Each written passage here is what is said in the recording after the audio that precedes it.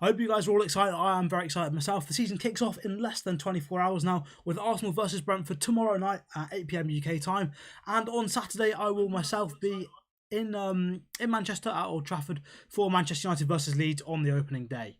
Now, in this video, the way things are going to work is it's a new format, something I've not tried before. Obviously, thanks to Ben for the graphics either side and for the thumbnail as well.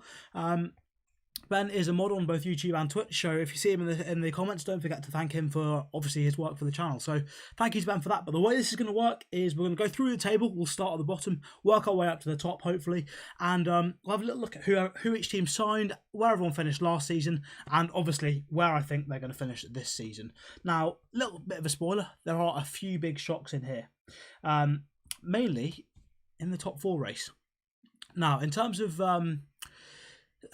who I think is going to finish bottom of the league, I think there's only one contender here, and I think the promoted teams in general this season, Brentford I think will do all right, little spoiler alert there, but I think Watford and Norwich are in a lot of trouble. So my prediction for last place in the Premier League this season, I'll get the predictions up in the top right there. You should be able to see Watford. I think Watford will come last. Just looking at the squad they've got, I don't think it's good enough at all, to be honest. WP is saying top 4 is set. No way are Leicester getting top 4 with a lack of creative output. We'll come to that. I'm not so sure on that. Not quite so convinced. But 20th place for me is going to be Watford. I don't think they've got I think, to be perfectly honest, I don't think their signings are good enough. I don't think the squad's good enough. I don't think the manager's good enough to stay up in the Premier League. I think they've got no hope whatsoever of staying up. And looking at the signings this season, obviously Danny Rose in. Not a bad signing. He's obviously a good player. I think he's maybe a lower mid-table Premier League player at this point. I think he could still do a decent job. But on his own, not going to do too much. Ashley Fletcher, reasonable signing, but again, not quite at Premier League level, you wouldn't say. Emmanuel Dennis from Club Brugge, I think, is their best signing of the summer so far, I would say. He caused United quite a few problems when we played them in, I think we played them in was it the Europa League or was it the Champions League qualifying round a few seasons ago? I think we played them twice, actually. Once in the Champions League qualifiers and once actually in the Europa League proper. Dennis did cause us a few problems, so I think he'll do all right for Watford, but I just don't see him and Josh King being enough firepower to keep them up, to be honest. I think they will, unfortunately, finish in 20th place. Now, 19th, as I've said so far, it shouldn't surprise any of you, I am backing another promoted team to not do quite so well. So in 19th place, we are going with Norwich. I think what we saw last time there in the Premier League was, for the most part, from Daniel Farke, a really naive approach, and I hope for his sake that he's learnt from it. They played some really expansive football, high possession, looked to keep the ball and move it around, but that meant that when they lost the ball, they were so exposed. And I think one of the biggest things to note there is that comparing the Championship, hi David, comparing the Championship to the Premier League, I think in general the Championship defences don't seem to be anywhere near as good. I think as soon as they lose the ball in the Championship, that is where the main gulf in pressure is between the Championship and the Premier League. The off-ball work once that ball is lost. And so I think with Norwich in the Championship, they could just about get away with being that expansive. They're one of the best teams there going forward. They have some of the best players in the Championship. So, of course, they can get away with being expansive because they'll score a lot of goals. But as soon as they lose it, they struggle. And I think we saw that in the Premier League last time. One thing worth mentioning with Norwich, though, is that I think they had a centre-back crisis, a massive, massive injury crisis last time they were in the Premier League. It was almost as bad as the one Liverpool had last season, but of course, being Norwich and not Liverpool, no one said anything. First manager to get sacked, says David. To be honest, for me, I cannot see that being anyone other than Patrick Vieira. I think he's obviously the Crystal Palace manager. I think he's in big trouble. I think he'll get sacked with a poor start to the season from Crystal Palace. But I do think once that's happened, once he's been sacked, I think Palace will bounce back and be a pretty decent team for the rest of the season. So I think that's something to look forward to for Palace, I suppose, once Paddy Vieira does get sacked. Obviously, not ideal going into the season. I mean, you never know. He could be the second coming of Sir Alex Ferguson, but I don't see it happening. I think Vieira is destined to get sacked, to be perfectly honest. So that's the bottom two, and we'll now move on to 18th place, the third relegated team. And for me, some people might disagree with this. I think it's Southampton, just because I don't think firstly they've got the firepower to stay up, and also defensively they did not look anywhere near as good as they did previously, as they have in previous seasons, which is frustrating. So I think from Southampton, so David is saying Brentford over Southampton. Well, You say that, I just don't see it. I think Brentford, I'll come to them in a second, but I think they operate themselves. The way they've operated is pretty good. I don't know if you guys have ever watched the film Moneyball, but that is basically about how Brentford operate, and I'm a massive fan of that. I think the whole data and statistical approach to football is becoming a massive thing, and I think the way that Brentford are operating is something a lot of big clubs, including United, could learn a lot from. And I think because of the way they're operating, I think they could stay up. Southampton, though, they've got no money. As WP says in the chat, they're selling Vestergaard, they're selling Danny Ings. It wouldn't surprise you if they go down. I completely and utterly agree. David says, you think it's between Brentford, Burnley and Southampton? To be honest, I think there's a lot of teams here that could get dragged into that relegation fight. Quite often, for me, I think we could see possibly Newcastle dragged into that relegation fight. We could see, obviously, as you say, Burnley. Maybe even West Ham if they have a particularly bad season. I think they've not done enough this summer, which is frustrating and disappointing from their perspective. Just going to have a quick look at the keyframe settings because apparently that is poor at the moment. See if I can do anything to change that. Chat, how's the quality of the stream looking? Is it okay, or are we having a little bit of lag or buffering or similar things to that? Issues.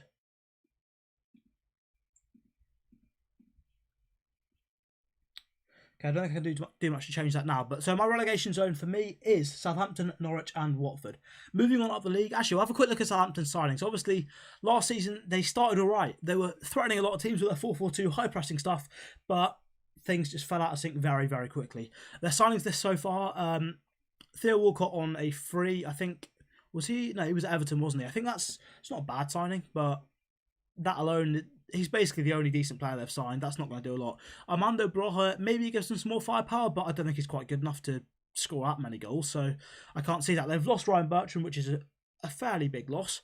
Angus Gunn as well, decent keeper. Mario Lemina, he's not had enough time in the Premier League, but the big loss for them is Danny Ings to Aston Villa.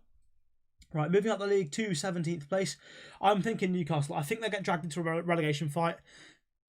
I think BBC did a little survey the other day, and I think out of any club in the Premier League, the idea was that I think they had a look at which clubs were least satisfied and most satisfied with the manager. Newcastle were the least satisfied. Most of the Newcastle fans did not want Steve Bruce staying there. They don't like Steve Bruce. I think the team, it lacks end product, it lacks firepower. Defensively, not that good. Midfield, not that great. I think Newcastle are going to be...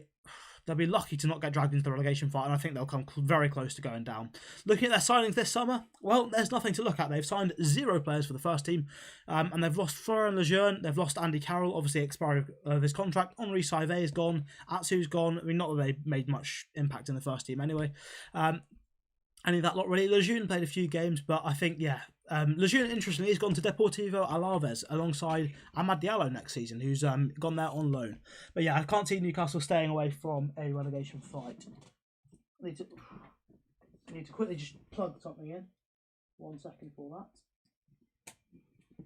My bad, I got a little warning of low power on the laptop, so don't want that to go. Otherwise, the stream would be cutting out. But yeah, I think Newcastle to just about escape relegation, but they need some investment sometime soon if they're going to improve as a team and become something worth staying in the Premier League. I don't know about you guys, but H personally wants Burnley to go down. Dutch isn't that good.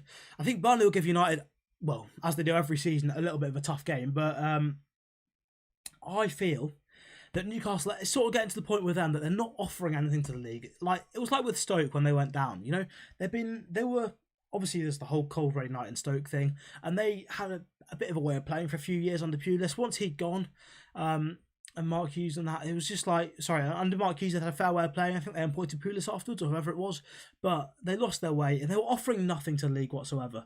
WP wants Wolves to go down. Every time we play them, your eyes bleed. Every time we play them, apart from the final day of the season where Amad Diallo was terrific, Anthony Elanga was fantastic. What a day that was. What a fantastic game that was. But for me, yeah, Newcastle there, just escaping a relegation zone, a relegation battle. Ahead of them, Crystal Palace, 16th. Now, this one, I'm not too sure on. It could go either way, I think, with Palace. I think, put it this way, I think if Vieira lost the whole season, I think they'd be very lucky to escape a relegation fight. I don't see it. Just don't see it at all. I think, though, if Patrick Vieira gets sacked early doors, I think they could bounce back and do they could finish a lot higher than a lot of people are expecting in the league. I think they could be a massive surprise. I think if Patrick Vieira gets sacked, because they've got a good squad. They've made some signings, and apparently as well, according to rumours, they've got about 90 million from new investment from a director that's just joined the board. That could get them a couple more signings, which could make a massive difference. Obviously, looking at their squad previously, the midfield area, you've got Milivojevic there, you've got James McCarthy who's gone, and James McArthur. None of them are getting any younger. They're all quite old, ageing, and as a midfield, I think they lack legs a bit in that area, and defensively as well. You've got the players like Joel Ward that have sort of been around, Kelly as well, that have sort of been seemingly been around there for years and years and years. They're not getting any younger, and they're just, I think as well, from a point of view of watching them, I don't watch them all the time, obviously, but watching them a few times a season, they're just so uninspiring. So if they did go down, I wouldn't mind at this point, but I think with their signings, I think they'll stay up. It just depends, for me, whether they finish 16th or whether they can push on a little bit closer to sort of 12th, 11th, 10th, depends entirely on whether this 90 million of new investment gets spent well and whether Patrick Vieira gets sacked. David says, thoughts on us loaning out Ahmad, because you can't see the reason why we bought him. He was a panic buy because we didn't get Sancho. I think Ahmad is a fantastic player. Technically, he's so good. I'd even go so far as to say, right now, Amad Diallo is technically one of the best players in that Manchester United squad. Even at his young age, his touch is incredible. He's so refined in his play. He makes the right decision most of the time. I think he could definitely be Sancho's backup on that right wing. Obviously, we've got Mason Greenwood. I think because of Elanga's form in pre-season, I think he's going to be the one that stays with the team this season, which is unfortunate for Amad Diallo. But I think if he's not going to play enough games in the Premier League, loan him out. That's fair enough. He needs to keep playing because I think he's fantastic. David says he really loves Ahmad. You think he's better than Dan James. Look, as a player, Ahmad is better than Marcus Rashford. He's better than Daniel James. He's better than Mason Greenwood in terms of on the ball technical aspect. His touch and his decision making is better than all of those players. I think he could easily be Sancho's understudy. He'd come in and actually, I think what he can do if he comes in for Sancho that Greenwood and Dan James can't is that he can be a genuine creative presence. So we've got a similar player coming in for Sancho if we drop him out of the team, which is nice because you look at Man City, you've got rotation. You take out Sterling, you can bring in Mahrez or whatever. They're similar types of players, offer similar things, make similar runs, similar styles. Whereas if we take out Jadon Sancho and bring in Dan James, obviously for some games you want to do that because Dan James offers a lot more in terms of tracking back defensively. He's better if there's a lot of space to burst into. But for other games, when you're just trying to rest Sancho and not change the style, Amad Diallo is the perfect player to bring in for him. David says, in terms of Crystal Palace, what if Zaha gets injured? Wilson gets injured, St. Maximin gets injured, any of them could get relegated. Exactly. I think pretty much this season I can see anyone from about 14th down being involved in that relegation fight and having a fair chance of going down.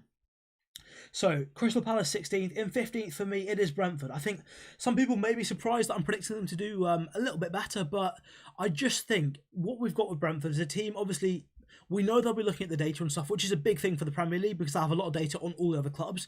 That means as well, we know for Brentford, that fits into the way they play, which is a big thing. They'll style themselves according to what the data says is the best approach to winning games. I think a lot of teams aren't quite doing that yet, and I think because of that, that'll give them a fighting chance of exceeding many people's expectations. Also, in terms of their signings, Aguiar from Celtic seems a pretty decent buy. I mean, the previous history, Celtic centre-backs coming into the Premier League, obviously Van Dijk has been absolutely brilliant. If Aguiar can be anything like that for Brentford, I think they'll stay up fairly easily. Thoughts on Brentford's manager being based on expected goals? I think it's fantastic. It's brilliant. It's really good to see that they're actually taking the data seriously because with expected goals, unless you're Brighton, which obviously we all know what's happened with Brighton in terms of their inability whatsoever to finish at all. I think the fact that they're so based on the stats, they're looking deep into the data, but not just sort of surface level data like goals, assists and stuff that people quote on Twitter. XG is actually genuinely important because if you're creating a lot of XG, you know if you've got decent finishers, you're going to score goals. Brentford know that. So, right, H is saying Brentford's manager XG, what does that mean? I think what WP is getting at there is that Brentford are known for basing a lot of stuff they do on the numbers, on the statistics, and XG is obviously one of those stats. In terms of the players they look to bring in, they look at, obviously, for strikers, let's say they'll be looking at their XG conversion rate, expected goals. H, if you want me to explain expected goals, let me know. I'm more than happy to explain what that means or whatever if you guys want to hear that, but otherwise I'll leave it. But yeah, the fact that they're looking at that data and using that to guide not just team selection, but their game plan, their tactics, and their signing is fantastic. I think that gives them a good chance of staying, not just staying up, but exceeding a lot of people's expectations, I think, in that area. Ajay, again, good signing. H is saying yes, but what about the expected goals? Well, I think WP is using it as a way of saying he bases a lot of things, or the Brentford coaching staff in general have a strong analysis department. They base a lot of things on the stats and use that as well as much as what they're seeing themselves using their football and judgment and training. They use the stats just as much to make their decisions, which is, I think, the way that football is heading, and it's good that they've got a head start in that, so that's good for them. On Yeka, I can't say no anything about. He's their other incoming from Midtjylland. In terms of outgoings, they've not had anything major there, really. So, 14th place, for me, Brighton. Now, Brighton, in terms of the final table last season, Brighton finished in 16th. I think on XG, though, in terms of XG in your favour, minus the XG that the opponents create against you, Brighton should have come throughout the season in about 6th place. If their strikers could finish, if Neil Maupay wasn't crap, if Danny Welbeck and Aaron Connolly weren't awful finishers, Brighton would have smashed it out of the park. They would have been so much better in that league. And I think, although they've not signed any strikers this season, which isn't a good thing because their strikers finishing was so poor last season, even though there haven't been any big signings in that department, I think they're still just too good to go down. And I think they will bounce back a little bit because with expected goals as well, the stat is accurate in general. You want to see them. I think what I'm saying is we probably will see next season Brighton, their finishes not being as bad compared to the expected goals as they were last season. I just don't think that level of underperformance can last. WP is saying, hi Kieran, how are you? WP is saying, I agree, but let me explain further. I meant rumours their manager won't be sacked based on results, but on expected goals against. Oh yeah, cheers for that explanation. I've seen those rumours as well. I think that is fantastic. It's a board that are actually sensible. They're using the stats behind things as well. Obviously, as any of you guys that saw my Southampton FM save will know, XG is not always the solution because XG wise we were way above 20th in the league, way above being cut off 10 points below the relegation zone. But I think it's nice to see a board actually being guided by that, because I think far too often we see teams come up from the Championship, the manager's done a great job to get them in that position, or we've got a team that run really well, they've got a good recruitment policy, a good playing staff, good coaching staff, and things don't go though in the Premier League. The board are desperate to hang on to the Premier League money, so they make a quick change, and it wasn't necessary. But yeah, I think it's really genuinely, it's really good that Brentford are taking that approach. The approach on the pitch and the boardroom, as WP has alluded to, and all that sort of stuff is fantastic. WP says United overperformed heavily on XG last season, which is a slight concern. To be honest, I wouldn't be too concerned about it, because even though we overperformed, I think overall on XG, I think there's a lot of players within that squad individually who can do better. I think Mason Greenwood is one in particular. I think he will outperform his XG with a proper season under his belt. I think he'll score a hell of a lot more goals this season. And I think as well, with another season of development with these players, I think all of them, maybe bar Bruno, who I think will drop off a little bit in terms of his goal return, will increase their goal and assist return this season. Jadon Sancho as well will improve that. Brighton's XG last year was crazy, exactly. It was absolutely mental. It was ridiculous. Kieran says, can't wait for Bruno to have a better season than KDB again, and people still hate on Bruno. Look, I think there's no getting away from the fact that Kevin De Bruyne is technically better. What I'm really interested to see, as we'll come to when we talk about City, as you can imagine, much further up the league, is that I want to see how they fit in. Kevin De Bruyne, Jadon Sancho, Jack Grealish, Bernardo Silva, all of that lot. I've got some theories with City. We'll come to that in a bit when we get to Manchester City. David says, Cam, ever consider joining the United stand? I was on there for a few shows. I think got plenty of really good comments from people. They seem to like what I had to say. I've been more than happy to go on again, because I do like sort of talking football with people, the other people on there, people in the chat as well. It's fantastic. Really enjoy that. So if I hear back from them, or if they want me back on again, I would love to go back on and enjoy that. I think a lot of people say they don't like the United stand. I think I bring some different insight to what they've normally got. I think obviously they've got Paul Ince on there now, so Paul Ince and Goldbridge can go head to head on Ole and all those sorts of issues. I think quite often they're fairly negative about Ole, so it'd be nice to bring some different perspective to that.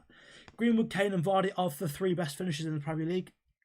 I'm assuming you mean in the Premier League. I mean, I can't disagree. I think Mason Greenwood, people at England duty as well have said Greenwood and Kane were the two best finishers they saw. And that's when Greenwood was called up a while back. It's mad that Green was thought of in that bracket, but you can't be surprised, can you? Everyone thinks he's the best finisher at Manchester United. So, Brighton, in terms of... I'll have a quick look at their incomings and outgoings. They brought on Jeremy Sarmiento, Enoch and Wepu from Salzburg. Can't say I know who either of those two are. Kjell Sherpen from Ajax and Kaoru Mitoma from a Japanese league club. Obviously, look, what I saw today was a Graham Potter press conference where he's complaining about not having any money. But they've lost Matt Ryan for an undisclosed fee to Real Sociedad. He must have gone for something. He's a very good goalkeeper. Izquierdo on a contract expiry. He added some things at times. I thought it was fairly direct, which was all right, but never that great of a player. But the main one is Ben White to Arsenal for 50 million. How can they not have any money? Unless they're in debt or whatever. Hi, Nano on Twitch. How are you doing? Nice to see you and cheers for joining the stream. But yeah, they've lost Ben White for 50 million. How have they got no money? I have no idea what they're talking about there. David says, you think United have a higher chance of winning the UCL than the Premier League? I agree. I think also, in terms of PSG winning the Champions League, I completely agree. You guys know what I think on that. I think until Ligue 1 become competitive, until the Uber Eats League becomes competitive, I think PSG will honestly struggle to win. I think also as well, there's serious questions about the balance of that squad. If they've got to play a team as good as Manchester City, as good as United on our day, as good as, I don't know, Bayern Munich, where they've got you need every... I think in modern football, you can't afford to be carrying too many players. Maybe you can get away with carrying Lionel Messi on his own. But when they're carrying him, they're potentially carrying Neymar a little bit defensively as well, and also Mbappe. Although Mbappe he is more willing to track back, given I think he's a bit younger, he's got a little bit more energy than those two.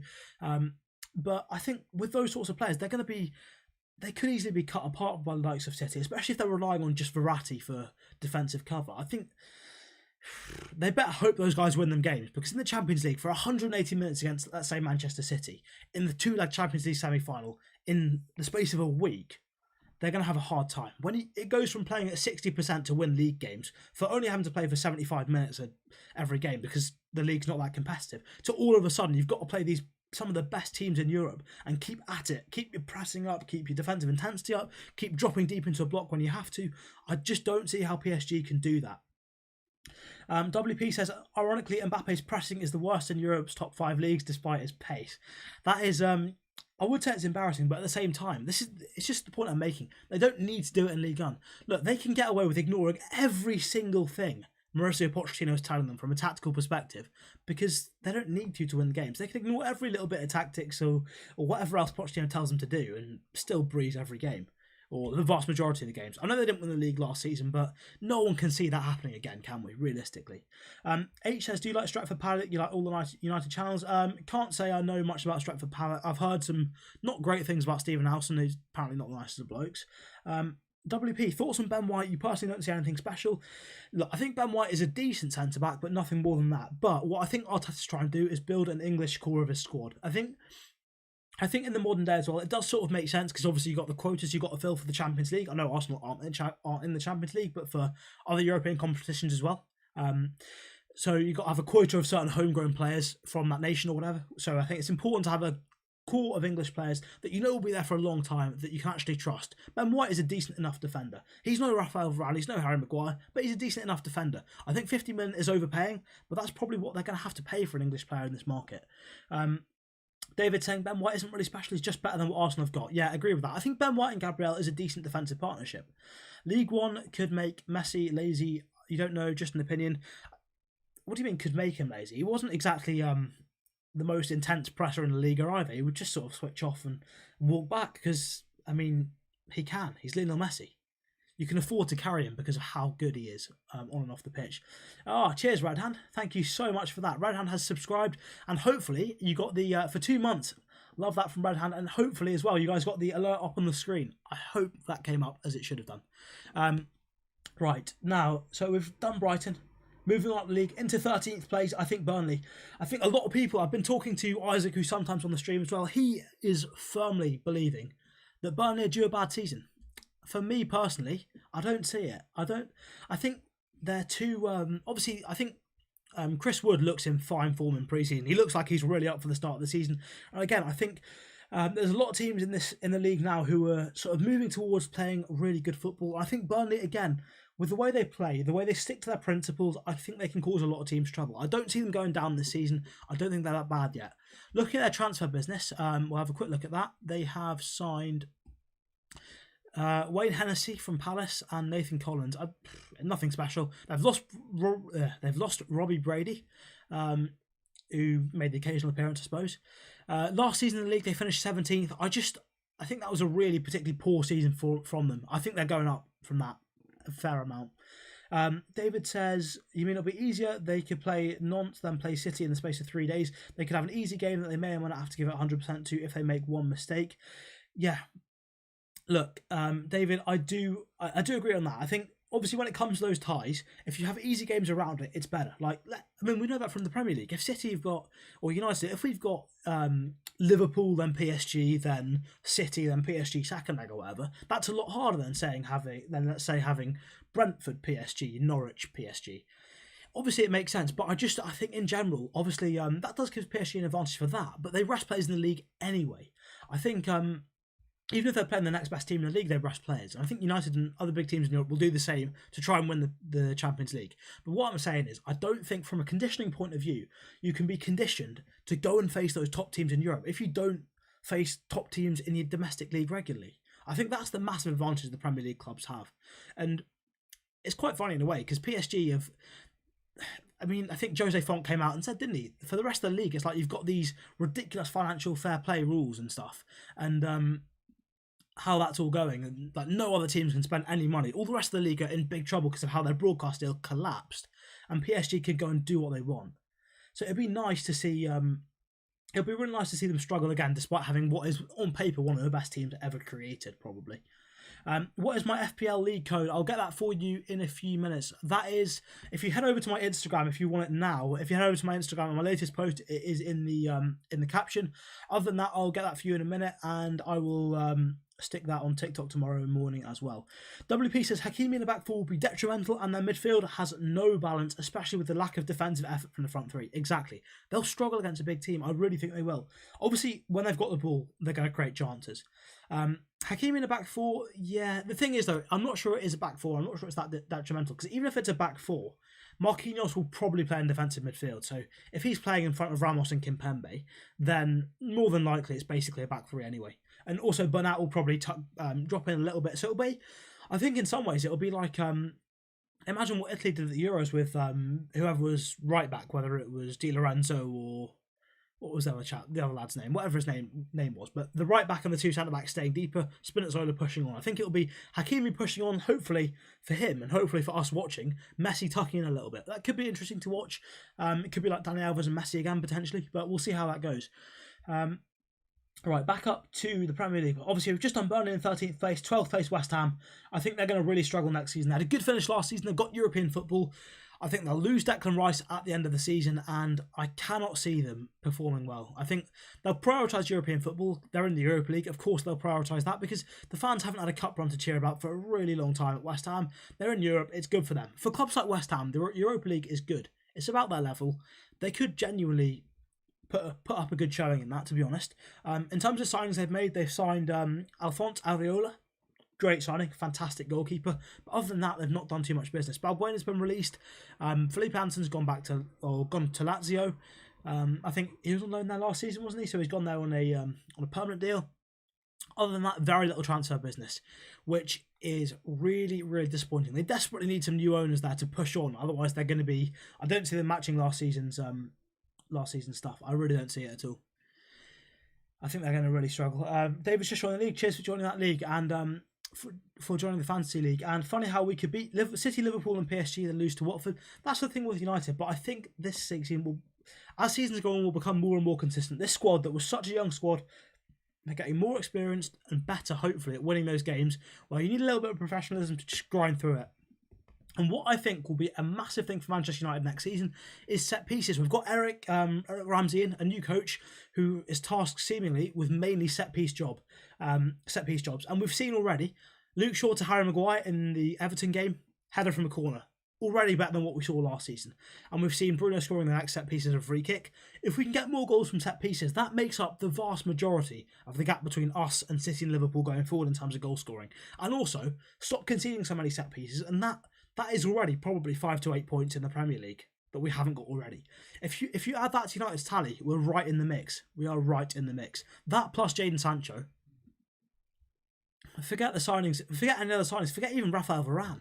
I mean, obviously he's going to improve us on set pieces, so you can't completely separate it, but that is a massive thing. Set pieces plus Jadon Sancho takes us 10 points higher up in the league. David says that's how unpredictable the Premier League is. That hardly happens in the League on Uber Eats. Yeah, exactly. Right, we'll move up. West Ham, as we've said, 12th place. I don't see them coming any higher than that.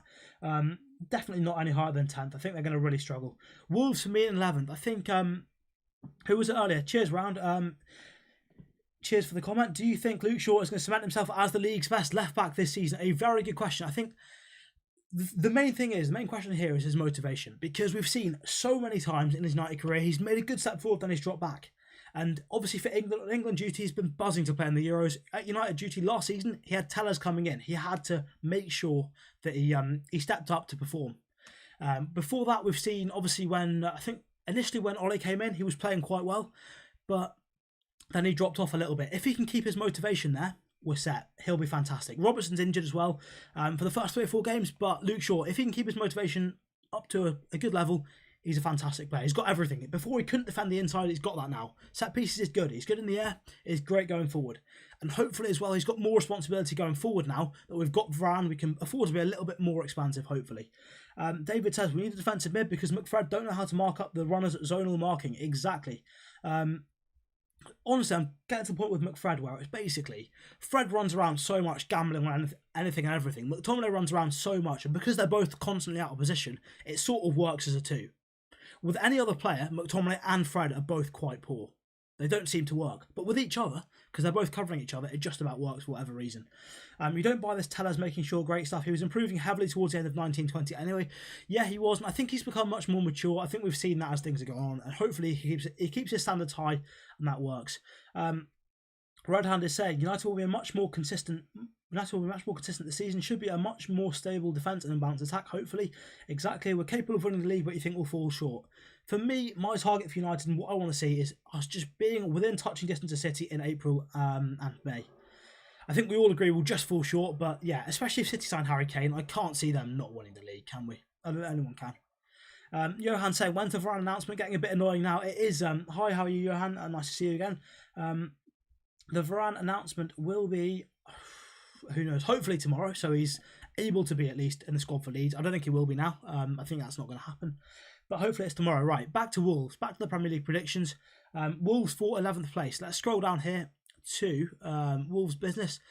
Over the summer, Ait Nouri on a permanent deal. Not a bad signing. Mosquera is apparently all right from Atlético Nacional in Brazil. Jose Sarr in goal from Olympiacos. Again, oh yeah, they've lost Rui Patricio, so Sarr might actually be playing games. Fair play to him. Trincao from Barcelona, I think he'll be okay, but very inconsistent. I think with Wolves, obviously they get Jimenez back, they've got a new manager, could be a new lease of life. I think they'll be a much better team. What I will say though, is with Wolves, right, we see defensively, Connor Cody is not suited to a back four. He's a back three player, big time. I don't see him playing well in the back four. Ever noticed McFred play poorly against Leicester teams compared to the Big Six? That's because against Leicester teams we have possession and they don't know how to pass. Yeah, I think we've all agreed on that. I think it's obvious. Trincao looks like a baller. Yeah, I think with Trincao, I think he does look good. Barcelona, the only reason he's gone from Barcelona is because they had to get their wages off the books. I think that's pretty obvious. Otherwise, he'd probably be playing the odd game for Barca, but he could be good at Wolves. I think having a new manager in it's good for them. I think things were getting a bit stale under Nuno. I think that's the way it was going. Had been for a few seasons, so I think he left at the right time. Hopefully back full football. Maybe Connor Cody drops out. It'd be tough for him. He'll probably lose his place in the England squad, but Ben White is there. Obviously at Arsenal, he'll probably step up. Red Hand says, if United win the league, you might not be home for a few days. He'll be home for us winning the Champions League. Love that. If United win the Champions League, you'll live with me. Fair enough.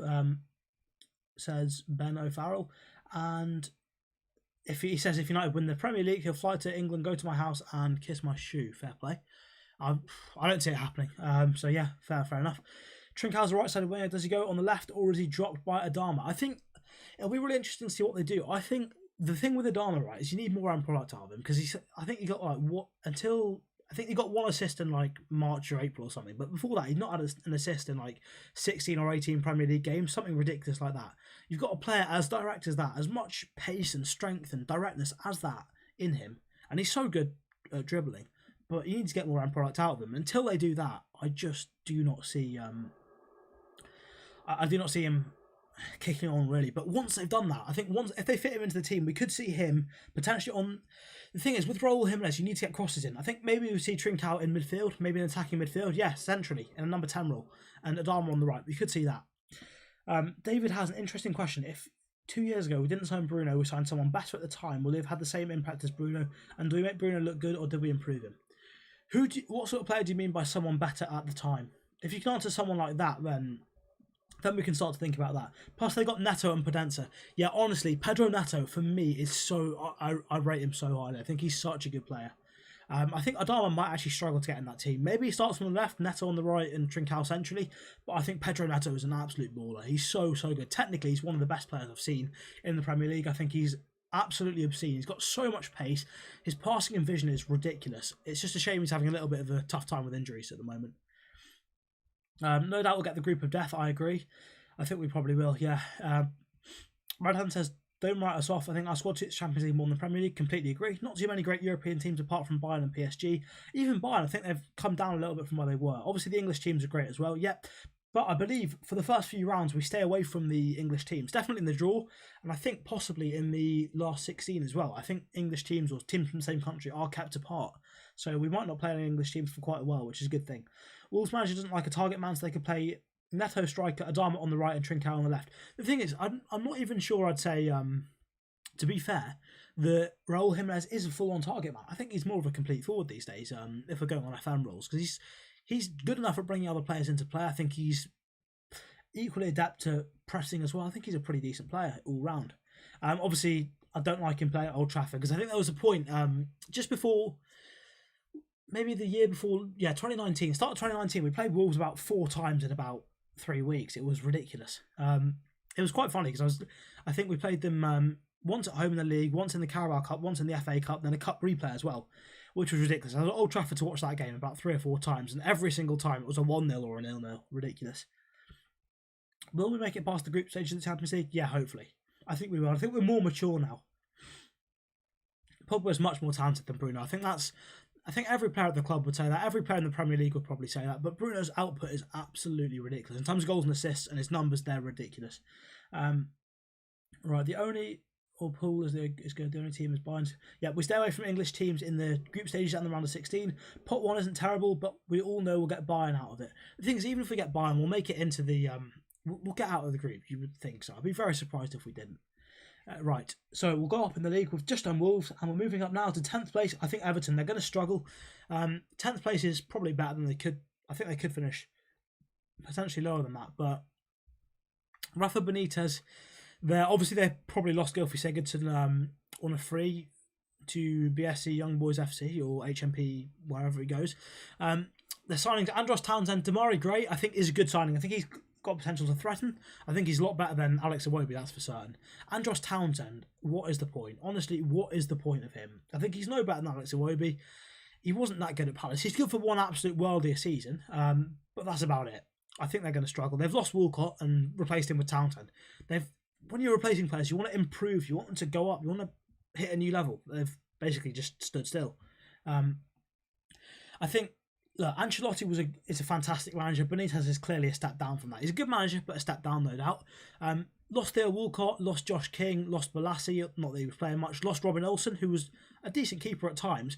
And to be fair, Jordan Pickford against Man United, they've lost Bernard as well. Jordan Pickford against Man United in that last pre-season game, he was awful. Dropped so many balls, failed to save a lot of things that he probably should have saved. What was he playing at, Jordan Pickford there? Shocking from him. He was laughing at Sigurdsson, not the Bayern comment. Sigurdsson, he's had a bit of a shocker there, hasn't he?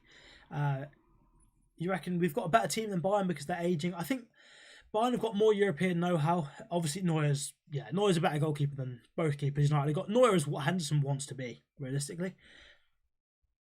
Johan United said, you saw Gray when we played them and didn't even know they got him. Decent baller. Yeah, he is decent. Thoughts on how La Liga could be ruined now that Messi has left? They're going to lose viewers. Does this mean the Serie A is now completely better put in mind? Italy won the Euros. Look, I think La Liga are going to struggle. No one's arguing that, are they? No one's going to argue that La Liga is the league they want to watch most in the world right now. I'm quite happy it's happened because I think the Liga in general were they were spending money they didn't have for ages to try and keep up with the Premier League. Serie A in general have been a little bit more responsible, but Madrid and Barca are in the mud. I think Madrid are relying on youngsters with basically no end product and have finished in Hazard to score their goals. They're in trouble. Barcelona, what is left for them? They're in so much financial trouble. I could talk about that for hours, but that might bore people, so I'm not going to do that now. Every league is kind of crap now compared to the Premier League, yep, but I think Ligue 1 will get some viewers now. I think also there's been some talk that PSG next season could be willing to let Mbappe go to Madrid and be the one impressive player in La Liga, with the replacement for Kylian Mbappe of Cristiano Ronaldo. And the reason for that, apparently, is that Qatar, who's obviously backed PSG, they want Ronaldo and Messi to go and promote the Qatar World Cup around the world. Ben is going between the Bayern and United teams. De Gea is less good than Neuer. Yeah, Wan-Bissaka is better than Pavard. Agreed. Varane over Boateng. Yeah, apparently Boateng wants to join United, but we don't want him at all. And Maguire and Hernandez. Maguire is definitely better than whatever left centre back they're playing. Shaw is definitely Shaw versus Alphonso Davies. I think Shaw's a more complete player. Davies' recovery pace gives him a lot of advantages though. Pogba over Goretzka. Yeah, McTominay, Fred or Matic are less good than Kimmich. Yeah, by far. Kimmich's so good. Bruno versus Muller. That's tough. I put Bruno above, but it's tight. Muller's so good as well. If Benzema goes, Real are screwed. La Liga deserve this. Madrid and Barca particularly. They're ruined financially. That's why they're pushing for the Super League. You don't think we've seen the end of the Super League. Agreed on that. Right, Everton 10th. Into the top 10 then. 9th place here. And it's time to laugh at Arsenal. There's always... I'm quite glad it's come up this early, actually. Normally we have to wait a little bit longer to laugh at Arsenal, but I can't see them coming above 9th, realistically. I think there's a lot of clubs that can do better than them. Obviously, 8 clubs, because they're 9th, but... Right, into Arsenal's transfer business. Ben White is a decent signing. It's better than what they had, an upgrade, and I think what's happening at Arsenal is Mikel Arteta is trying to do what Ole's done at United. He's trying to rebuild the culture, work on that first, and I think in that sense, some of their outgoings are good business. Obviously, they've got rid of Ceballos, who he looked really good when he first came to Arsenal. He was so bright and looked good technically, looked like he had a trick or two about him, was moving the ball forward, but he settled for mediocrity at Arsenal, which is, they need to get out of that mindset. David Luiz leaving as well, that helps. I think, I don't know what he's like in the dressing room, but it helps hopefully for them to get rid of that sort of culture of failure that they've developed at that club. Matt Ryan is a little bit of a loss. I think he's a decent backup keeper. Obviously Martin Odegaard as well. Leaves him without any real creativity, I think. Ben White and Lokonga seem to be decent signings. I can't say I've watched Lokonga too much. I think Ben White's a good player. Nuno Tavares is so average. He's not a good left back at all. He's nothing special whatsoever. If he goes and sets the world alight, fair enough to him. I can't see him being particularly good. Koeman's less good than injury room. Cavani less good than Lewandowski. Yeah, Lewandowski, he does scare us, but for whatever reason, he doesn't seem to score that many goals in the big games. From what I've noticed in the Champions League, against the best teams, obviously in those games you get less chances, so it does make sense compared to what he's used to. Final scores: United 7, Bayern 4. Yeah, it would probably be something like that, wouldn't it? Red Hand saying, player for player, we were probably better than Bayern, but that Bayern squad has been more successful than ours. Yeah. Be a very tight game. It'll be tough. They've got the European know-how, and their players aren't so old like Real Madrid slot, which is good for them. Right, if Benzema goes, Real are screwed indeed. Yep. Arsenal in the mud big time. You think they'll draw tomorrow night 2-2? You know what? The first game of the Premier League season is almost always a good watch. And I think it's normally a shock as well. Do you remember a couple of seasons ago when Norwich were last here? They beat City in the first game, or was it City? They beat City in the first game, or was that a couple of weeks in? Either they beat City or they took points off Liverpool in the first game of that season. So I think that's I think a shock is on the cards. I think Brentford could get a point against Arsenal. I do see that happening. Yeah, I think Ivan Toney scores, hopefully at least, because I've got him in my fantasy team. I can bring that up a bit later if you guys are interested. You think they'll draw tomorrow night 2-2? Why do they buy Ben White when they could have got Basuma? I think Ben White's more needed. They need a strong defence to build the rest of the team going forward. I think whatever order they do that, fine, but they need attackers as well, because their attack is poor. Aubameyang is finished. Johan's reckoning a Toney hat-trick. WP saying, you think that's harsh? They're improving a lot towards the end of the season after Arteta stopped persisting with the three at the back. Yeah, the thing is, with the three at the back, I think he had to bring that in because they were doing badly defensively. They went to a back four after a while of that three at the back, and it just seemed to work. And to be fair to Arsenal, I think from about Christmas, they had a much better... They were much improved from what they were before. So fair play to them. Although I think they will, this season, still struggle to finish in the top 8. I think 9th place is where they're at. I think European football as well, with not the strongest of squads, I think they will struggle a little bit. I think looking at that team though, going forward, right? Little dramatic pause for some water. Obviously, Lacazette, good player for their system, fits well. Aubameyang, poor. Saka's a decent player, but is Saka, Pepe and Emil Smith-Rowe really a three behind the striker that you want from a team that you want to be challenging for the Champions League? That's nowhere near. Emil Smith-Rowe is probably about as good as Jesse Lingard. No better, no worse. He's got a lot of energy, fair play to him. Creatively, he provides some stuff, so does Jesse Lingard. I don't think he's that much better. And Bruno Fernandes has been such a big improvement on Jesse Lingard, but given that Arsenal are now a joke, basically the joke of the league, teams aren't going to be sitting back against them like they do against United. Teams are going to want to go and have a go against Arsenal. When there's a little bit more space about, maybe Smith-Rowe can benefit from that. Just like Lingard benefited from the space available when he was playing for West Ham. So that's good for Arsenal. Being a joke club has its positives, doesn't it? Norwich beat City about 4 games in, yeah. Remember the Leeds versus Liverpool game? Yes, that was the first game of the last season as well. The first game of the season is always a shock. So, I'm just glad United aren't playing in it, to be honest. I think it'll be a really tight game, United-Leeds. Who will be their number 9, Laka or Alba? Laka fits their system so much better. Arsenal don't have European football either. No European football is a massive part. Oh, do they not have European football? I thought they got into Europa. Let me just remind myself of where they finished last season. Oh, they finished 8th, yeah. They just missed out on they got, it was battle between Spurs and Arsenal for the conference, wasn't it? And they just got about it. Just got away without it. Red Hand said, give us Villarreal revenge time. Yes, that would be so good. If we get Villarreal from pot 1, that would be sick. And we go stuff from 5-6-0. That would be fantastic. But they did a good job against Chelsea, so it may not be that easy. And Emil Smith-Rowe is the local Tasco manager. No, to be fair, I don't mind Smith-Rowe. I think I've always got a lot of time for players like that have a lot of energy. Pressing intensity is really good, and they can occasionally chip him with some creativity. He's no Bruno Fernandes or Kevin De Bruyne, but he's all right. Do you think Arsenal will get Maddison? Talks of that with then Lingard going to Leicester. That would be brilliant for both clubs. And I think with business like that, that is going to happen at the end of the transfer window. Right now, it's just for the clubs with money to go and buy players. The clubs that need players to fill their squad, potentially Arsenal, I think they'll be looking at that, especially with... apparently they do have money available, so I think they could be looking at that. And then Lingard going to Leicester, it's good for all parties, I think that. Liverpool won, but it was a very good game, ending 4-3. It was indeed, yeah, that was a great... I remember watching it, it was a fantastic game. Arsenal are really in the mud. Yeah, you do love to see it. Right, next. I think a bit of a shock here, potentially. I mean, you could probably work it out. It's a 1 in 8 chance of who's coming next. Right, chat, who's coming 8th, do you think? Who would you back next up in the league? Ben O'Farrell has redeemed follow back on TikTok for 2,500 channel points. I'll do that right now. Whilst you guys in chat, let me know who you think is coming to finish 8th. Ben is ben.mufc2, so I'll go follow him now.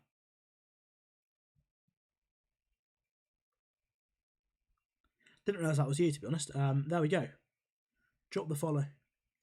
Cheers for that, Ben, for redeeming those channel points. I have no idea what that does, but appreciate it. Right, back to the YouTube chat for a second. And yeah, so Johan is saying Leeds.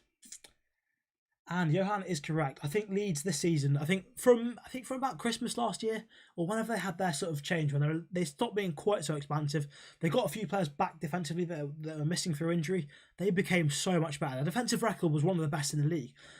And I think with Leeds, Ezra, yep, spot on, exactly, it is Leeds. And I think what Leeds do is they bring something that no other club brings.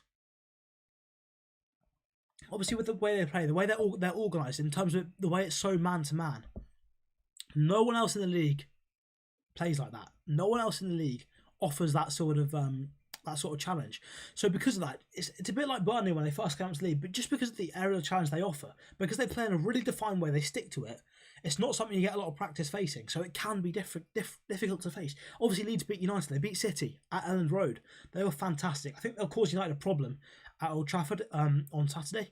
Cannot wait to see it, but I'm hoping that United beat them. I think I'm going to do a tactics video tomorrow in terms of how United can beat Leeds, or maybe even let it tonight and release it tomorrow. But I think that what's so important for Manchester United is going to be Anthony Martial, because what he does is when he's dropping off the defence, he takes a man with him, but he's then good enough to turn that man, leaving a massive gap in the back four, and he's got the ball moving forwards at pace with other players ready to break into that space. That's what's crucial for United. That was a massive difference, because they man-marked Bruno at Elland Road, but they tried the same thing at Old Trafford. The difference was that every time that Martial drew a man out and turned him, was that then that man's taken out of the game. Everyone else who's marking a man has got to suddenly swarm towards the ball, leaving space for Bruno. So Martial is the key for United against Leeds on Saturday, I believe. Your top Arsenal and Leeds for the treble 8th. Yeah, fair enough. You can't believe Messi has gone to PSG, Grealish to City, and Lukaku to Chelsea, and we haven't even announced Varane at that time. That is actually mad, isn't it? It is mad. That's why we need Matic and Donny to balance dominate the midfield. If we're going to do a video on Martial, do it with Deck. Yeah, potentially. I think it's going to be one with the tactics board up, so I'm not sure I can get Deck in that, unfortunately. But we'll be back with Deck fairly soon. So don't worry, you'll get your fair fix of Deck back in quite soon. You want Matic and Donny to start. The thing is, I think if it was any team other than Leeds in this first game, I think Matic and Donny are the best choices to start in the midfield, because in pre-season they looked the sharpest. They've started the most recent game, looked really quite good. They look really fluid and stuff, which is fantastic. But as Ben says on TikTok, we'll probably go with McFred and Pogba on the left. I don't think we'll go with Pogba. I think we'll go with an energetic front three of wingers. But yeah, I think McFred, there is a chance that McFred start. I want Matic and Donny to start, because I think Leeds will be a bit more reserved. Red says 2-1 United, it'll be tough, but you think the crowd might pull us through? I hope so. Sancho, Greenwood, Martial, front three. I think it'll be James, Greenwood, Martial. I don't think Sancho will start. Our pre-season's been weird. You don't know what the thinking behind it was. Look, I'll tell you, part of it, yeah. We brought some players back really late. I think given the last couple of years, with lockdown as well last season, the players haven't really had a break. So it's so nice that they've been able to have that break this season. I think it's important for their long-term careers as well. So I don't mind them having a break, even though it's maybe affecting us at the start of the season. Short-term pain for the long-term gain, I think, is the idea there. So after Leeds United, actually, hang on, we haven't done a quick look. We'll have a quick look at Leeds transfer business, see who they've brought in and taken out or sold. They brought in Junior Firpo from Barcelona, decent player. Jack Harrison on a permanent deal now. He was on loan there last season. A couple other players I've never heard of. Lewis Bate from Chelsea and Christopher Clayson from Vålerenga. Don't know either of those, but I think, is it City or is it Leeds? It could be Leeds that have a sort of an affiliate club relationship with Vålerenga. In terms of players they've lost, Berardi's gone, Pablo Hernandez has gone, Uasim Boy has gone, Barry Douglas. Anyone else worth mentioning? Alioski's gone. Hugo Garcia, but he was an awful goalkeeper, so not worth really mentioning him either. Right, chat, who are we saying in 7th place? Choice of 7 players. McFred and James always against Leeds. To be fair, I think that if there's one game a season or 2 games a season, the home and away game against Leeds, those are the games you want them to start. 7th place, Johan United. He is calling it again. He is spot on. Have I done or going to make a video on a predicted 11 for the Leeds game? I will be doing it probably tonight, and it will be live tomorrow on TikTok. Don't you worry. The predicted 11, the tactical videos, they're coming back for the new season. Don't worry. Matic is so bad, can't do rainbow flicks, 0 flair. Yeah, to be fair, I mean, Fred can do a rainbow flick, but he cannot whatsoever hold his position and be disciplined. So, I don't mind Matic. H is saying Spurs, Johan saying Spurs, Matthew Chambers says Villa, and Johan says he's too good. Johan's always right, to be fair. He knows his stuff. Leeds love to man mark. They do. They do love a bit of man marking. And indeed, yes, in 7th place, it is Spurs. Looking at there, obviously, thankfully, oops, I think I showed you guys who was in 6th as well. Brought that down a little bit too far. But I may have shown you guys, if you're on TikTok, what happened in that Spurs training session. They look fairly sharp ahead of the new season. I'm excited to see Ndombele this season. I think he'll really perform well this season under Nuno. Other players, I think one Spurs player that is in line for signing of the season is Christian Romero.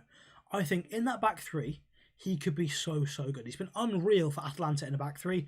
I am really excited to watch him for Spurs. I think that's fantastic transfer business. They've not signed that many players, but I think Romero is a really good signing. Galini as well. I think that'll be a fascinating battle between him and Lloris for the number 1 shirt at Spurs for who starts in goal. Obviously, Lloris was club captain. Maybe that changes now. Actually, probably not because Harry Kane's leaving. But that battle between Galini and Lloris will be interesting, especially since if Galini makes a certain amount of appearances, then they've got to pay Atalanta and make the deal permanent. Brian Hill from Sevilla for 21.6 million plus Eric Lamela. Eric Lamela getting him out of the club is probably a good thing. He's a fairly mediocre player. Scored a great goal against Arsenal, obviously incredible goal against Arsenal. But I do think he's a good. Brian Hill apparently, from what I've heard, is a good signing. 1/4 to Villarreal. He was in the Super Cup. I don't know if you guys were watching, but he was playing right back, he was playing centre back, he was playing in midfield a bit for a bit, and he was pretty good at all three, to be honest. Played quite well. Joe Hart has left as well to Celtic. And right, we're saying Villa 6th. Yes, Villa will be interesting to watch. Some great business. Galini was shocking when he went to Villa in the Championship. I didn't realise he went to Villa in the Championship, but hopefully he was pretty good for Atlanta. So hopefully he's improved from there for Spurs. I should do a Champions League draw live reaction whenever it happens. I will be doing, I think that's Champions League draw is August 26th, so I will be doing a live watch along of that. Did Hill look good in the training vid? I haven't seen it yet. I don't think Hill was actually training at that point, to be honest. I think he was there at that session. Louis Gallagher says, Wolves above West Ham. Yeah, I think they will. I think the new manager will... I think it will just inject a new lease of life. I think West Ham, obviously, with European football there... I think they'll struggle. I think they'll prioritise the Europa League heavily. The likes of Declan Rice will be, I think, to us, he's fit enough to play both. But playing Thursday, Sunday with a thin squad. I think the difference between West Ham and some of the other, the bigger clubs in Europe is that the bigger clubs can, for a lot of these Europa League games, particularly group stage, they can get away with playing a lot of the academy players. I think West Ham will have to play a lot of first team players there, which obviously makes them tied for the Premier League, which is their problem, I think. So we'll move up into 6th place, as you guys know, because I just showed you. It is going to be Villa. You've just seen a tip. You've just seen a big shock. I don't know why. I need to be more careful. You've just seen a big shock as well. But Villa in 6th place. Villa have made some fantastic signings here. I think they've done some brilliant business. I think losing Jack Grealish, I think they sort of knew it was going to happen, and they've splashed the cash, and the signings are brilliant. Absolutely brilliant. They may take a while to gel, but I don't think they will. I think they've got the core of the team still there. Mings and Konza at the back. Obviously, who's their keeper? Someone remind me who the Villa keeper is. I've forgotten, but whoever that is, decent goalkeeper. Danny Ings in, fantastic. Ollie Watkins was good last season. Adding in Danny Ings is brilliant. Adding in Ashley Young, great squad depth. Axel Tuanzebe, look, if you're 3 centre-backs, Tyrone Mings, Ezri Konza and Axel Tuanzebe. Realistically, Axel should probably be starting over Mings, but as 3 centre-backs, that is probably one of the best pairings, or best groups of centre-backs in the league. That's fantastic depth. That's really, really quite good, especially if Axel stays fit. Ashley Young, great experience, back to Villa. As a fullback now, he'll add depth in those areas. Buendia, absolutely brilliant player. At Norwich, Buendia was unbelievable. I'm glad you guys didn't see who the 5th place was. Martinez, yeah, of course it's Martinez. Yeah, I've done so many videos on Martinez. What a player! What a goalkeeper! I can't believe Arsenal sold him for 17 million, only to go and sign Ramsdale the next season for like 30. Ridiculous, stupid moves. That is just classic Arsenal, isn't it? Just that stupid. But Emi Buendia in the Championship here last season, his 7th top scorer with 15 goals. That's a pretty good return. Can't complain about that at all. But when he was in the Premier League, I think short of the elites like Kevin De Bruyne, I think Buendia was up there for chances created, for assists, for so many things. He was up there in the top bracket. He's such a good player. I think he's got a bit of an attitude problem. He gets quite a lot of red cards, but if Villa can sort of temper that side of him, he's going to be unbelievable. I think as well, what we'll see with Villa, I think one of the reasons they won't take as long to adapt is that it's not adding all these players to the same team that was there. I think because they've lost Grealish, they've lost someone that was constantly demanding the ball, constantly wanting the ball. And because of that, there's plenty of chance for the new signings to get on the ball and show their ability. 1P_click says, we are 2nd. I'm assuming you're a United fan, or maybe a Liverpool fan, I don't know. We'll go on to who's above there now. But yeah, Aston Villa have done some great business. and I think 6th place will be. I think that's a good finish for them, and I think they'll get there. I think obviously without European football to cause them a problem, I think they'll have a great chance of being fresh for the league and coming in a high finishing position. For me, that big shock here is Liverpool. A lot of you may disagree. WP at the start of the stream, he said, actually, I'm not going to tell you that because that gives away who have got in 4th. But big shock here. I think Liverpool get 5th. I think they've got a lot of obviously an unpopular opinion here, but I think they've got a hell of a lot of a shake-up coming, a big problem coming for them. You say, do I have an FPL league? I do. The league code is on my Instagram on the latest post in the caption, and if you're staying on the stream, I will drop it in the stream chat in a bit once I've done the finish the predictions. But here, Gallagher says, Louis Gallagher says, if Ings can stay fit with Buendia and Bailey's supply, he can flourish. Look, Leon Bailey, if he hits consistency, what a player he's going to be. He's so good. He just needs to be consistent. If he gets that, he's going to be one of the better players in the Premier League, I would say. Now, Liverpool in 5th place. I think they've got a big shake-up coming. I think they're going to have to make some big changes to the way they play. Obviously, Robertson at the start is not too big of a problem, to be honest. A lot of people are tipping that to be a big shock and cause them an issue, but I don't think it will be because Tsimikas is very, very similar in terms of style to Robertson. He's not as good, but style-wise, he's pretty similar. Gets a lot of crosses in, not as good as Robertson's crosses.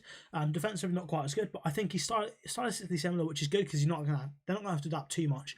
But I think with loss of Wijnaldum, even though they've got Henderson still, which it looked like he might be going for at certain points, I think they're going to have to change things. I think the midfield is not going to be able to cover the fullbacks as much as it did before, and that means the fullback is going to be a little bit deeper, a little bit potentially a little bit narrower, and they're going to be asked to defend more, which Trent is not as good at doing. I think he's obviously a little bit mature, but a little bit more mature, which will help his defensive ability and maybe dive in a little bit less. But I think their fullbacks won't be quite as good next season. Obviously, midfield-wise, they'll have a little bit more creativity with Thiago there, which is good. But then if you've got creativity, you want a striker, a goal scorer on the end of that, and that's not Roberto Firmino. Maybe Diogo Jota can fill that role. A lot of Liverpool fans want him to start the season, but we'll see how that goes. But I'm not sure that's going to work. And as well, with the front three, I think they'll be forced to play a little bit wider if the fullbacks can't get quite as high up the pitch. Johan says, Tsimikas is more of a Trent as a left-back. Well, whoever's playing Liverpool in the first 3 games until Robertson's fit, attack both wings. You may as well. Thiago's not going to be as good at covering as Wijnaldum was. And yeah, I think they're going to have to just shake things up. But Louis saying there's no one for Liverpool on the bench to come on and change a game. I completely agree. I think that's one of the areas, squad depth-wise, they've got a lot of depth at centre-back now, which they didn't have before. But I think for the rest of the team, they're lacking it a little bit. Obviously, they've lost Shaqiri, I believe. So that is a bit of a loss. Right, if you're on YouTube, you want to join my fantasy league, the league code is in the chat now. Cheers to Ben for putting that in the Twitch chat. It is now in the YouTube chat. David says, you think Liverpool will suffer because they don't have a 10? They're 3 in midfield is 2 defensive, and they don't have backups for Salah, Mane or Firmino. What if Jota gets another injury? Yeah, I think they're going to struggle with the lack of depth in attack. I think they're 1 or 2 injuries away from having a little bit of a rough patch there, to be honest. The midfield's 2 defensive. I think Thiago does bring a lot more. I think he brings more in terms of progressing the ball. And with Firmino dropping back, the thing is, I think if they play Jota consistently, unless he's willing to drop back constantly like Firmino does to try and create chances, they are lacking something because the midfield don't tend to get as far forward for Liverpool. I think Wijnaldum's biggest strength was his movement off the ball, his work off the ball that got him into those positions at times. He was willing to run and run and run. If he got forward and didn't get the ball, he'd be happy to sprint back. That was big for him. I'm not sure they've got that anymore. Ezra's shock as Chelsea finished 5th. I think Chelsea could well get found out here, because I think since Thomas Tuchel took over, they've been pretty damn good. Defensively especially, they've been so solid and they've been just scraping through quite a lot of games. But they haven't really been found out yet. Teams don't really know how to score against them yet. But as the season goes on, we've got more and more footage to watch. We've got more and more data to analyse, and teams will work out where their weak spots are. And once that happens, they'll start conceding a few goals, they'll start losing a few games, and that's when we'll know how good of a team they are. Yeah, because I still think they're quite a young team. Obviously got a lot of good players at Chelsea, but potentially going forward in that front three, they might even have too much talent now. that are maybe different in terms of styles, and that could cause them a problem in terms of gelling. Obviously, it gives them a lot of options, but we could see periods of the season, I think, where that front three are misfiring. They're not quite scoring any goals, not quite creating enough chances, and they'll maybe may or may not just about get through games. I don't know. What I will say was, reflecting on the Super League, Trevor Chalobah was absolutely incredible. Just thought I'd say that. Fantastic performance from him. I think he's more than ready to play for the first team this season. So even if have they lost a centre back? Chelsea have a feeling they've lost a centre back, but either way, I think Chalobah is more than ready. Obviously, Konate for Liverpool, good signing. Wijnaldum, big loss. Harry Wilson has also gone. He's left to Fulham. I'm a big fan of Harry Wilson, to be honest. I think he's a really, really good player. Red Hand is saying, you still think they'll get top four? Yeah, Leicester bottle it again. Probably, but I just think it's Leicester's time. I really do. I think now it's their season. I think they've got a bit more depth. One thing I would say is I think they really need to sign one centre-back. Whether it's... Who do we think what centre-backs could Leicester sign? I think if they... Maybe Sven Botman. Someone like Sven Botman would be a good signing for them. I think if they got him in, or maybe Axel Tuanzebe on to Leicester on loan would have been brilliant if that had happened after Fofana got his injury. Because I think Leicester need another quality centre-back now that Fofana's injured. Obviously, Shaglar, Soyuncu and Evans are good players. But one more I think they need, really. Chelsea and City depth is on another world compared to United right now, unfortunately. Yes and no. Yes and no. I think Chelsea, in that midfield, their depth is decent. Obviously, Jorginho, Kovacic, Kante. But I think there's too much of a drop-off, or too much of a change in style between Jorginho and Kante. And I think in that front three, I don't know who misses out. Obviously, Ziyech looks injured for a while. But they've got Lukaku, Werner, Mason Mount, obviously Ziyech himself, Kai Havertz, Hudson-Odoi available as well, although he seems to be being used more as a wing-back, which is quite a smart choice. He seems good in that role. But yeah, I think they might have a bit of a struggle fitting all of those players in that front three, especially because Tuchel doesn't seem to be rotating as much as Pep does. Right, Liverpool fifth, into the top four. Who are we backing for fourth place? On my predictions, it is Leicester City. I think it's just about their time. I personally think it's their time to do it. Will Chalobah start or get loaned? What if Chelsea get Koundé? That's who it was. Chelsea were signing Jules Koundé. That's why I think Chalobah may struggle.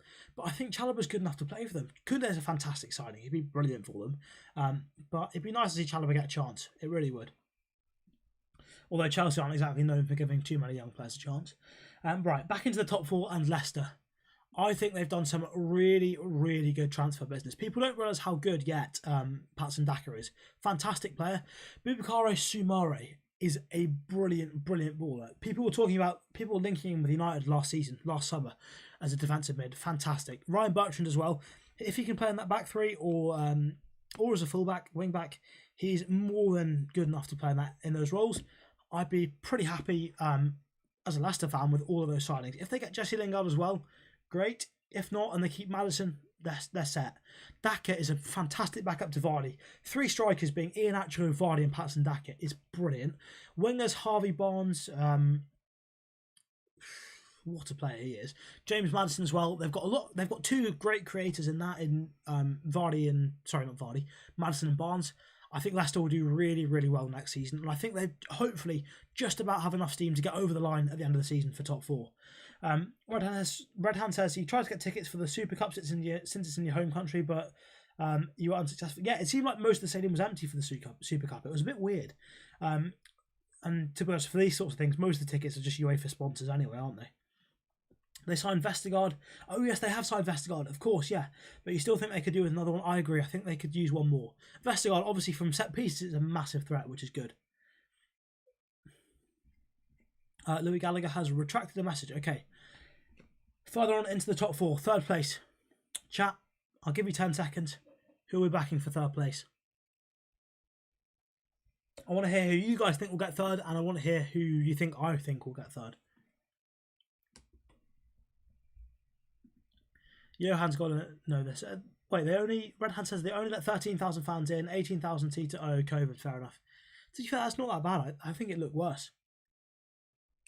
Ben is saying City to finish third. Now look, I've heard a lot of things in recent days about people saying City to drop off a bit, and I think they will. I don't think they'll be on the levels they were last season because even though they've signed Jack Grealish, who's a brilliant signing, and look like they will get Harry Kane realistically. I think that deal will happen next week, start of next week.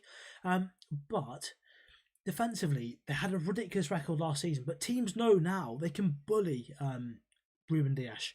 Teams know that. He's don't get me wrong, he's a good centre back, but Haaland and Lukaku, Haaland in the Champions League and Ruben Dias, Lukaku at the Euros, they've sat him down. Any physical striker, and there's a lot of them in the Premier League, will be looking to get up against Ruben Dias and bully him physically. They know that if you're running alongside Ruben Dias, you can just shrug him off with your shoulders.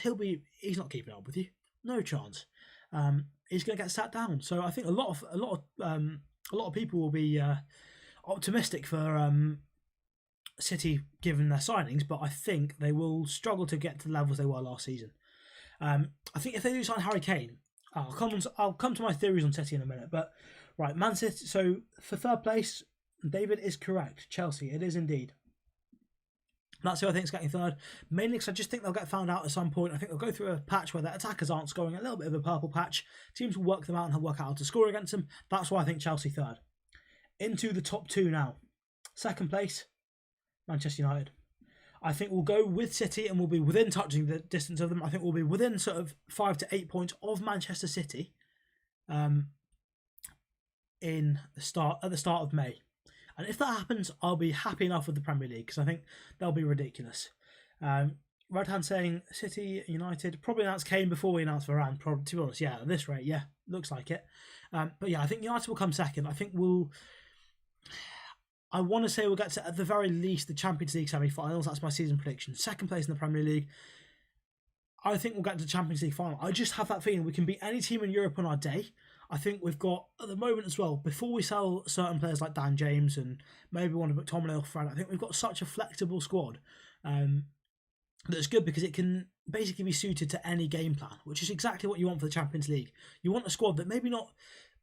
You don't play the best players all the time. You play players that will fit in. Louis says he could see United having a slow start. I agree with you. I think if Ole goes down the route he did last season of playing the best players rather than the ones that are sharpest and fittest at the moment in these first 3 games, I think we'll start slowly. But if he plays the Van der Beeks, the Matiches, the Greenwoods, the players that have had a full pre-season, Anthony Martial as well, although he's not really got so much choice on that. If he plays these players that have had a full pre-season and are ready for the season, then I think we'll have a decent start. I think the route he went down last season, which caused us a problem, was when he started to play all these players that weren't fit before that first international break. I think, to be honest, if I was United, I'd be saying none of you lot can go away to your international teams in the international break. Keep them here, have a 2-week break and train hard for those 2 weeks, work on things tactically that the coaches want to see. And look, tactically, already in pre-season, one thing we've noticed from United is that when we're building up, it's a 4-2-3-1, right? And when we're playing out from the back, when we're in our own third, rather than last season when McTominay and Fred or whatever 2 players were playing in the pivot would both drop back really deep to the edge of our penalty area to try and receive that ball and play forwards. Now it's only one. It's Matic normally. And let's talk about Matic and Van der Beek because they're the most common pivot we've seen. That's probably what's going to start the season. We've seen Matic drops back. He goes in to receive that ball. He will turn and play it forward to Van der Beek, who's much higher up the pitch. That's much better organisation, helps us move the ball forward. So we've not got a massive vacation of players in that middle area. In that middle square, we've still got players there, which is really, really important to help us move that ball forward. And also, when Matic doesn't get that ball, if he goes in and someone's pressuring him, he'll then run away, whether it's running out wide or it's running up the pitch. He takes the defender with him, and then Van der Beek will drop in. It's really good rotation, and it's a massive improvement on last season. Really happy with that. David says, thoughts on us keeping Hannibal, Shortire, or Shortira, however you're supposed to say it, and Tenan Mengi. Yeah, Matic doesn't have the legs to play twice a week. Agreed, but until that first international break, he doesn't have to. So it makes sense to start him at the start of the season. I think also, what's also good, as well as those 3, I think Hannibal will get some first team chances. That's good. He's a fantastic player. Shortira, I think he's less. I think another season of 23's football is good for him. I think that's fine. Mengi, the odd chance maybe, but I wouldn't give him too much more than that. I think he does need to go out on loan, to be honest, Tenan Mengi. But with James Garner, he's not signing a new contract, and I think that is to keep him at the club for a little bit of pressure on the coaching staff. He can say to them then, if you don't play me in the first team while I sign a new contract. And that stops him going out on loan, which is good for him. I think he's fully intending to stay at United, but he wants to get some first team action because I think he's ready. I think he probably thinks he's ready. Red Ham will be very happy to see Matic and Van der Beek over McTominay and Fred. It's literally just because Leeds run so much. McTominay and Fred are the sort of the ones you want to see. I really don't want to see Matic and Fred or Matic and McTominay. The pairings have got to be McFred. They work okay together, or Matic and Van der Beek, or potentially on Matic and Fred with Pogba, but less likely. Right. I think what we'll do, I think we all know United's transfer business. There's not much point zooming in on that. So, obviously, Tom Heaton and Jadon Sancho signed with Rafael Varane as well. Chong's out on loan. Joel Pereira has gone. Sergio Romero's gone. He has joined Granada, I believe. Nathan Bishop has gone to Mansfield. Reece Devine to St Johnstone. Max Taylor to Rochdale on a free.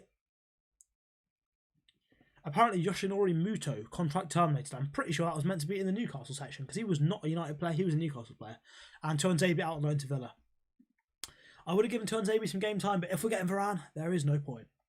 James in CDM for Leeds. To be fair, yeah, you want players that can press and run. Dan James is the one. Play him in defensive midfield. Why not? Need to sell Deadwood, Pereira, Dan James, Lingard. I would keep Dan James. I think he's so good for certain games. I think he offers things that no one else has. He's the best winger in terms of tracking his man back defensively, which for a big Champions League game, I feel like Dan James is a bit like a Ji-sung Park in that sense, in that you can rely on him to track back anyone, anywhere, anytime. If there's a defensive job to do, he will do it because he's got so much energy. His fitness is unbelievable. Right, top of the league, of course, Manchester City. I think, especially with Jack Grealish and Harry Kane, if they get him, which they probably will, I cannot see them not coming top of the league. As far as I'm concerned with City, I think one theory I've got with Manchester City is that I think Guardiola could be now moving away from quite a rigid system that he's got at the moment, where the players will have their set positions and all that sort of stuff. I think now we could be seeing a lot more rotation. I think what we could be seeing is Harry Kane as that number 9. He mostly will stay in that box.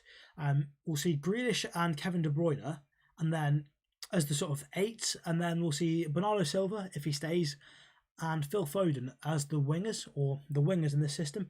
And what I think we'll see with that is that the 8s and the wingers are constantly rotating, because that's going to be impossible to defend. Bernardo and Foden are equally capable of playing in those infield areas, and De Bruyne and Grealish are so good at getting crosses in, or in De Bruyne's case, or threatening and getting balls in from the left. In Grealish's case, they're equally capable of moving out wide to the right. So I think City could...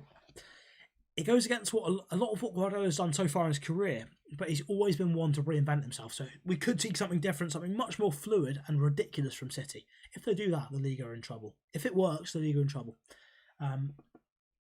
Pellistri and Ahmad should have been loaned out to Premier League teams that will get them used to the physicality and pace of the Premier League. I think Pellistri is still 2-3 seasons away from Premier League level, to be perfectly honest. I have a feeling Pellistri... I think we know Ahmad's a much better player, much more suited to the Premier League. I think Pellistri will maybe get another season or two at United, but I think he'll get sold on for profit, most likely. I can't see him playing too much for United in the future. Ahmad is loaned out to Deportivo Alaves, but he is not in the Premier League. Obviously, I think giving Ahmad to Brighton would have been good. Louis Gallagher, hope Alanga gets some first team game time. I agree. I think the way pre-season's gone, I think for the start of the season, he's going to be that one on the bench to make the difference. I think what works in his favour as well is that we've got 9 subs now. 9 subs, or not 9 subs to make, but 9 substitutes on the bench. So, whereas before you maybe couldn't put a couple of kids in the 7 subs because you've got to have the players that can change the game if you need it. Now you can have 7 players that you establish first teamers or whatever, and you can bring the kids on so that if you are 2, 3, 4-0 up, you can bring them on with 10 minutes to go and see what they can do. Give them some game time. So I do think that's going to happen, yes. Right. In terms of fantasy football, how's everyone feeling for the start of the season? How's everyone seeing that going? And let me know who you guys have got in your teams. My league code is in the chat. I'll put it in the chat on both YouTube and Twitch in a second again. There we go. And on Twitch, I believe Ben can do it quite easily by his commands. Red Hand is saying UCL semis for us. Yep, agreed. I read those earlier actually. James Garner. Oh yeah, James Garner and TDM for Leeds. Yeah, I wouldn't mind it. But I think Matic Fred's the best way to go. Where did Ahmad go? Alaves. Why are we loaning him out? I agree. I just think with Ahmad though, I think he needs to play. He's good enough to be playing at first team level now, so fair play. Oh wait, hang on. Ahmad hasn't gone out on loan yet. He's not gone to Alaves. It's Police that's gone to Alaves.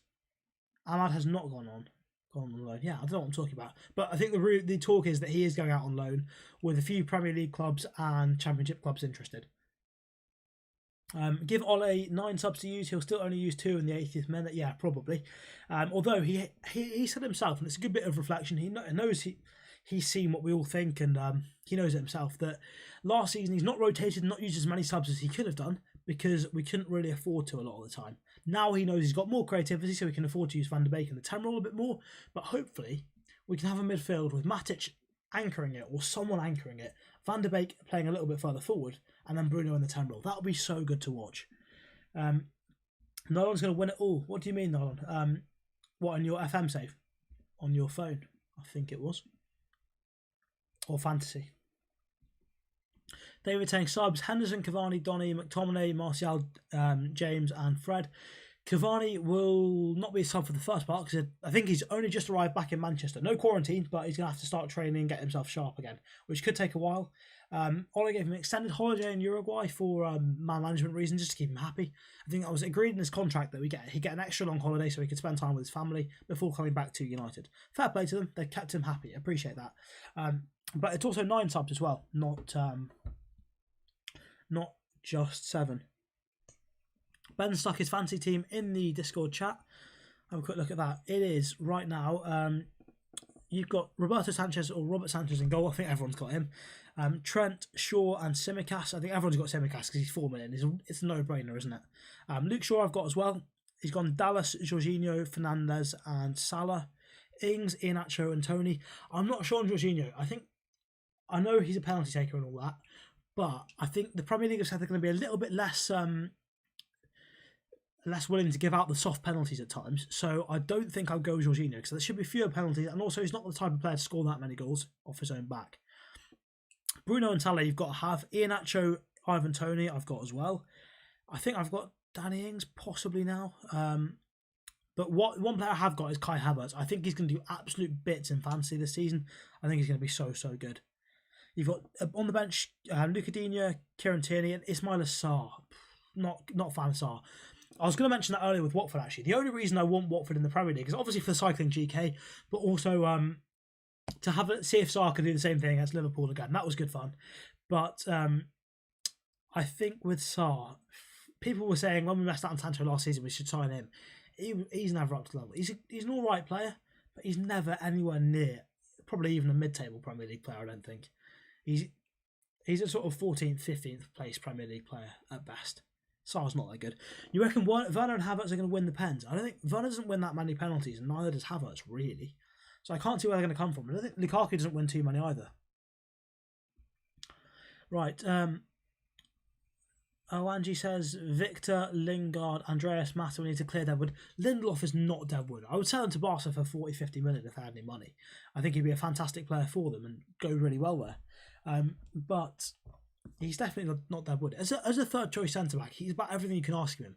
He's got loads of Premier League experience, loads of Champions League experience. He's pretty much always fully fit, which is good, or at least fit enough to play, which is fantastic. Louis says the only way we have a title charge is if Martial can start firing in Rashford's absence. I think having fans benefits Martial's game.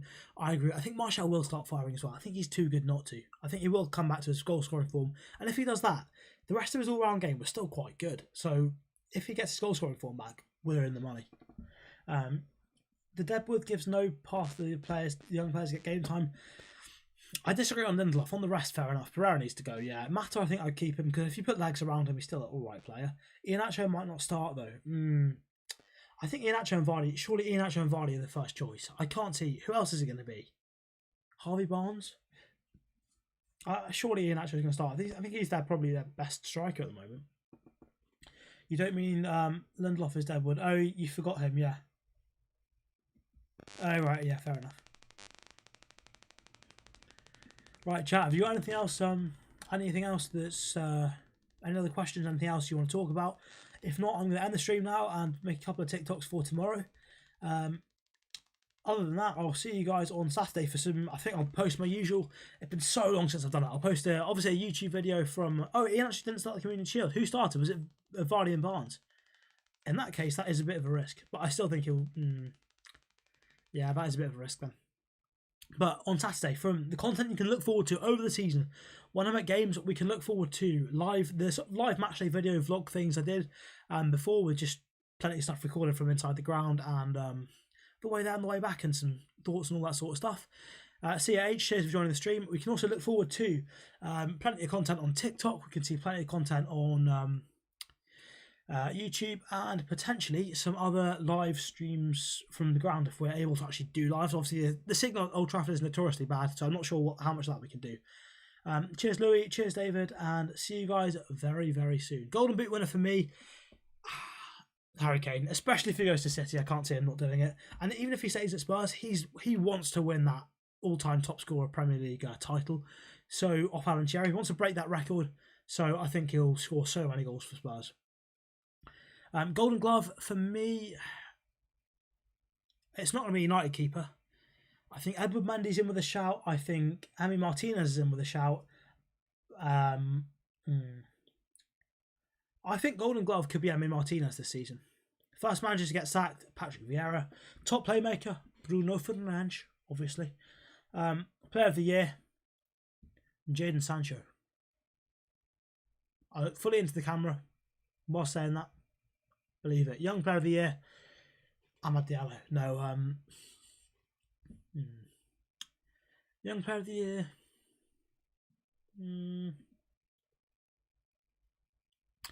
A good question. Maybe Phil Foden, I reckon, this season. But cheers again, guys, for coming on the stream. I've enjoyed it. Hope you guys had too. And I'll see you guys again very, very soon. On Twitch, cheers for the new follows from what appears to be probably a bot. See you, Ben. See you, Nylon. And see you, everyone else that is watching.